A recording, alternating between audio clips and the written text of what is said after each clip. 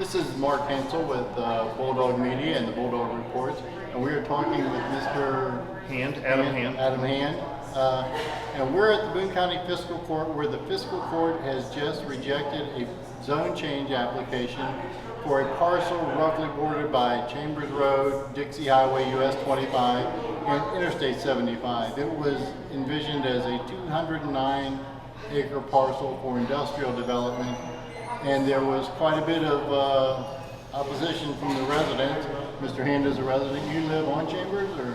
I have property on Chambers and a property just off of Chambers. So why would you tell us? What would you tell us about why it was so important for you to see council vote against it, or the commission? I'm sorry. Well, here's the big thing. For those of you who lived in Kentucky your whole lives, you wouldn't understand, but I can live anywhere in the world I want to. And when I retired from the military, I chose Boone County, Kentucky, and I can live anywhere I want and still do my job. So why would I do that? Why would I pick this place? I drove down Chambers Road and I fell in love with the rural landscape. I love how it's close to an airport and a Costco and other things that people need to access, but at the same time I can live a rural lifestyle.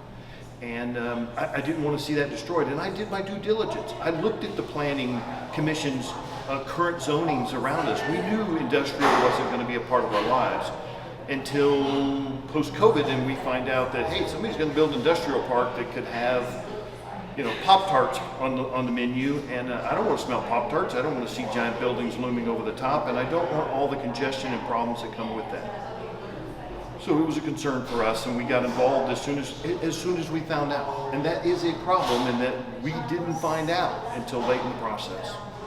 And they can't. The fiscal court cannot just say, no, we're not going to approve this. They have to give reasons. And I thought the county administrator, Jeff Earlywine, and the commissioners were very good about pointing out the reasons why. They said this is just not a fit for this area. I could not be happier with the members of the fiscal court and the way they prepared themselves to deal with this.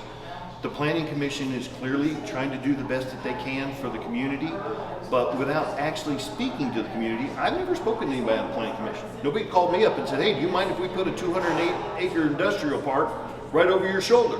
Nobody asked me that. So what they use for considerations is clearly not the inputs from the residents that are nearby. That needs to change. So you'd like to see a change to the process whereby this takes more than a Zoom call and sticking a 2x2 metal sign on the side of a curvy road in the weeds for notification is not sufficient. The fiscal court and the Planning Commission have all of our mailing addresses. Mail me a postcard, mail me a note, mail me a mailer that says, here's what we're thinking about doing. In your neighborhood. In our neighborhood. Right. And please comment. Here's a webpage to go to. Here's a meeting that's going to take place. And as you mentioned, you're retired military, is that right? And you could live anywhere you wanted. What would have happened if this had gone the other way?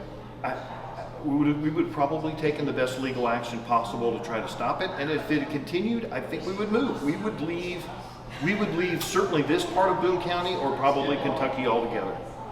Well, for your sake, we're happy that this turned out in your favor. Of course, as we mentioned, Bulldog Media and the Bulldog Show addressed this issue a couple of weeks ago, and we'd like to think that may, as you pointed out, people weren't aware. We'd like to think that people who did not know became aware through our efforts and the grassroots efforts of the community, and that the fiscal court certainly made the popular decision based on 250 people who were here and in the adjacent building tonight, and it just shows that get your voice out there. Get your voice out there, and it's not a rubber stamp by any means. But know that your government is working in the background, even when you're not paying attention, and we all need to pay attention. Great. Thank you very much, Mr. Hand. Thank you, sir. Yep, appreciate it.